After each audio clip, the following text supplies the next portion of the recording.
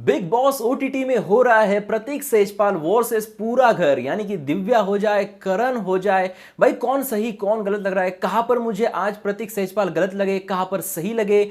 किस तरीके से निशांत आगे बढ़ रहे हैं, कौन दिख रहा है और कौन बिल्कुल भी नहीं दिख रहा है, हर एक चीज पर बात करेंगे। मैं हूं मंदार और आप देख रहे हैं एक्ट राइडर्स। भाई बात की जाए तो जो ये एपिसोड्स अभी चल रहे हैं, यानी कि आज सिर्फ दूसरा ही दिन है, लेकिन जिस तरीके से ये आगे बढ़ रहा है सीजन, यानी कि बिग बॉस ओटीटी का सीजन, भाई ऐसा लग रहा है कि एक महीना हो चुका है ये घर के अंदर है। और जिस तरीके से झगड़े, जिस तरीके से गालियां पड़ रही है, भाई ये तो बड़ा ही और ज्यादा बड़ा ब्लॉकबस्टर सीजन हो सकता है, ऐसा मुझे कहीं ना कहीं लगता है। झगड़े पर आते सीधे तो यहां पे प्रतीक सेजपाल का स्टार्ट वाला झगड़ा था, यानी कि जहां पर दिव्या दो लोगों को जो टॉयलेट बाथरूम एरिया है वहां पर मदद कर रही थी। तो यहां पर प्रतीक सेजपाल का यह कहना था कि दिव्या अगर वहां पे अकेली है तो उसने वहां पे बर्तन धोने के लिए वहां पे मदद करनी चाहिए, क्योंकि बर्तन धोने के लिए वहां पे कोई भी नहीं है। अब यहां पे प्रतीक सेजपाल का मुझे थोड़ा सा गलत लगा कि वहां पर फिर एक बार आकर वो उसको वहां पे उंगली कर रहा है या फिर पोक कर रहा है। पिछले जो रिव्यू था, पिछले रिव्यू में मैंने प्रतीक सेजपाल की यहां पर साइड ली थी कि दिव्या उसके पास जा रही है, लेकिन यहां पर प्रतीक उसके पास जाते हुए दिखा, क्योंकि जहां पर जिसकी बर्तन की ड्यूटी थी, यहां पर जो इन्होंने ड्यूटीज वहां पर बांट दी थी, तो वो लोग वहां पर दूसरा काम कर रहे थे। तो यहां पे दिव्या की कोई गलती नहीं थी,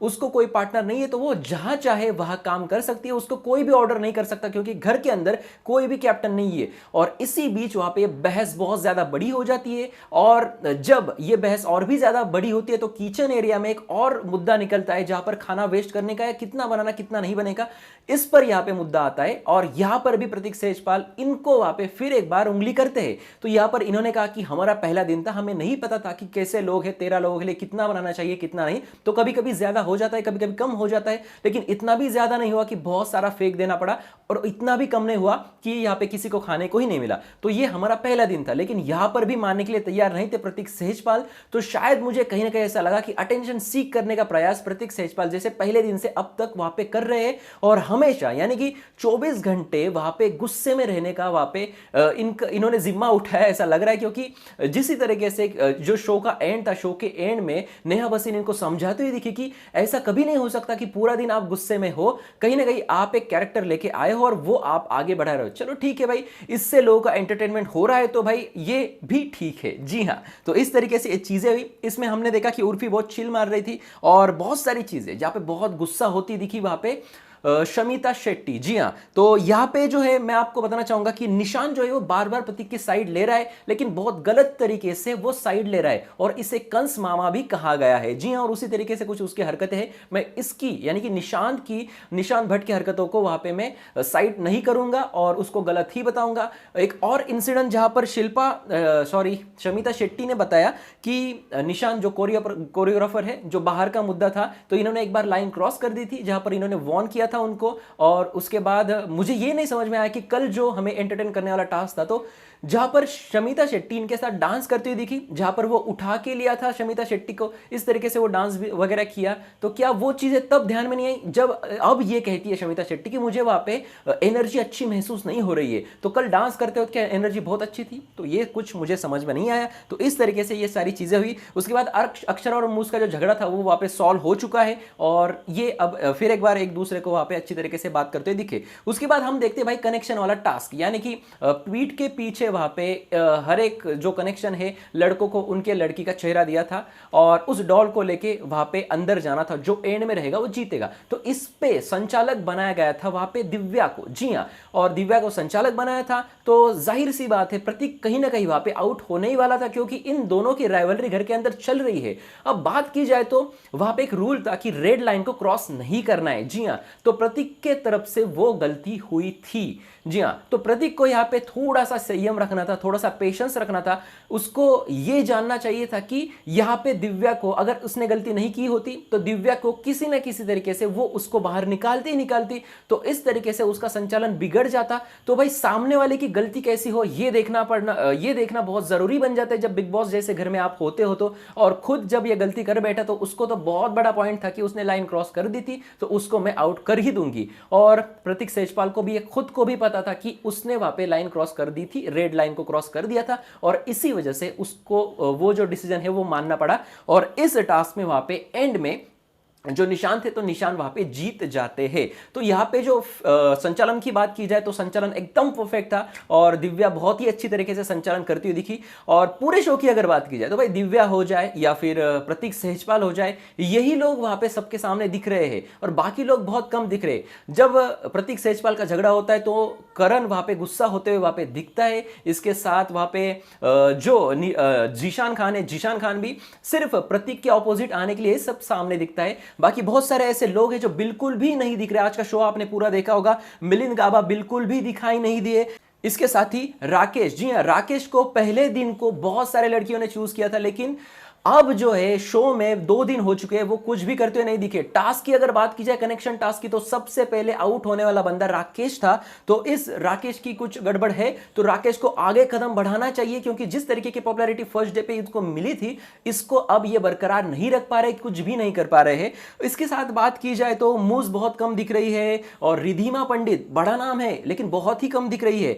नेहा भसीन जो है, नेहा भसीन बहुत कम दिख रही है। इसके साथ अक्षरा और उर्फी, ये दोनों भी बहुत कम दिख रही है। और बाकी बचे बंदे जो है वो वहां पे चिल्लाता है, यानी कि प्रतीक सहजपाल जो बहुत ज्यादा दिख रहा है, दिव्या बहुत ज्यादा दिख रही है, और इनके पीछे यानी कि प्रतीक की साइड लेते हुए निशान थोड़े बहुत दिख रहे हैं, और दूसरे साइड में साइड लेते हुए वहां पे जो दिव्या की साइड ले रहे हैं वो करण है, और करण के साथ जीशान खान है। ये सारी चीजें वहां पे घर के अंदर हो रही है। बाकी लोग वहां पे बिल्कुल भी दिख नहीं रहे, सिर्फ वहां पे दोनों का गेम चल रहा है, यानी कि दिव्या और प्रतीक। अब बहुत सारे लोग सोशल मीडिया पे ये भी लिख रहे हैं कि क्या ये दोनों प्लान करके घर के अंदर आए कि हमें लड़ना है, झगड़ना है, ये सारी चीजें करनी, क्योंकि बहुत पहले नाम आए थे बिग बॉस ओटीटी के कंटेस्टेंट के, तो इनको भी पता कहीं ना कहीं चल चुका होगा कि भाई हम यहां पे घर के अंदर जा रहे हैं, तो भाई कुछ प्लान करके क्यों ना जाए। जी हां, तो ये सारी चीजें वहां पे हो सकती है।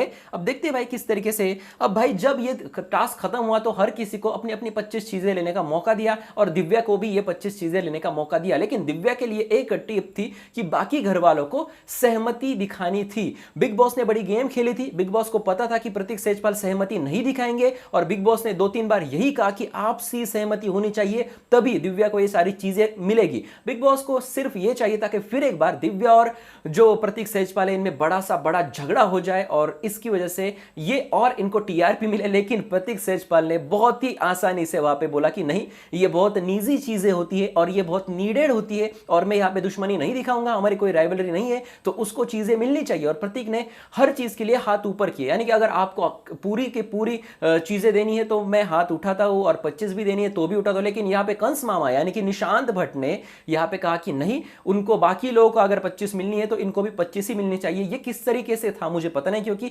संचालन के बाद पर इनको चीजें देनी चाहिए थी, तो संचालन उन्होंने बहुत अच्छा किया था। तो निशांत यहां पे कहीं ना कहीं मुझे थोड़ा सा गलत लगा, और इस तरीके से वो सारी चीजें हुई। और उसके बाद जीशान खान का और प्रतीक सहजपाल का एंड में झगड़ा देखने मिला, जहां पर बार बार प्रतीक सहजपाल उनको हाथ लगा रहे थे। अब झगड़ा तो इनका होगा ही, इनको उकसाने की कोशिश तो हो गई। अब लड़कियां तो कहती हुई दिखी, जैसे कि शमिता शेट्टी हो या बाकी सारे, कि हम यहां पे प्रतीक को इग्नोर ही करेंगे। लेकिन कब इग्नोर करेंगे? अब 2 दिन हुआ, इनको इग्नोर कर ही नहीं सकता, क्योंकि ये जिस तरीके से वहां पे आके पोक करते, सामने वाले को कुछ ना कुछ वहां पे बोलना ही पड़ता है, तो इग्नोर तो किया जा नहीं सकता। जीशान खान का जिस तरीके से झगड़ा है, यहां पर प्रतीक की मुझे सबसे बड़ी गलती लगी, क्योंकि यहां पर वो बार बार जाके उनको हाथ लगा रहे थे। जी हां, अब भाई एक दूसरे को उकसाना यहां पे होगा ही, जैसे जीशान इनको उकसा रहे थे, बाकी लोग वहां पे हंस रहे थे। और करण, ये सारी चीजें इनमें नहीं पड़ना चाहिए। करण एक अच्छा एक्टर है और इनको एक अलग अपनी पहचान बनानी है, तो भाई बाकी लोगों के पीछे हंसने के अलावा इन्होंने अगर कुछ और कर दिखाया, अपने आप को स्ट्रांग दिखाया, तो ये देखने में बहुत बड़ा मजा आएगा। लेकिन सिर्फ ये प्रतीक सहजपाल के ऊपर जाके उन पर चढ़ पे, देख भाई तू ऐसा मत कर, अब मुझे गुस्सा मत दिला, इस तरीके की बातें करते दिखे, तो ये मुझे कहीं ना कहीं थोड़ा सा बदलने की जरूरत है, ऐसा मुझे लगता है। आपको क्या लगता है भाई, कमेंट सेक्शन में जरूर लिख देना। लेकिन पूरे शो की, आज के पूरे एपिसोड की बात की जाए तो भाई सिर्फ 2 लोग दिख रहे हैं, और वो है वहां पे दिव्या और प्रतीक सहजपाल, और यही 2 लोग वहां पे शो चला रहे हैं, इस तरीके से दिख रहा है। अब ये क्या इनकी पहले से प्लानिंग प्लॉटिंग थी या फिर क्या चल रहा है भाई, आप ही जानते हैं। जिस जगह पे मुझे दिव्या गलत लगती है, मैं गलत बोलता हूं। पिछले एपिसोड में, पिछले रिव्यू एपिसोड के रिव्यू में मैंने बताया कि दिव्या मुझे थोड़ी सी प्रतीक के पीछे जाती हुई दिखी, लेकिन आज के एपिसोड में प्रतीक दिव्या के पीछे जाता हुआ दिखा। तो आज मुझे प्रतीक को थोड़ा सा गलत बोलना पड़ा, जहां पे प्रतीक ने अच्छा डिसीजन लिया उसको कपड़े देने का, तो ये मैंने अच्छा कहा। तो ये सारी चीजें आज के एपिसोड में मुझे दिखी। अब भाई सिर्फ 2 ही एपिसोड हुए हैं, अब बहुत आगे जाना है। ये अभी तक बहुत सारे लोग अपने अपने कैरेक्टर में है, तो ये कैरेक्टर जब ये छोड़ेंगे तो बहुत मजा आएगा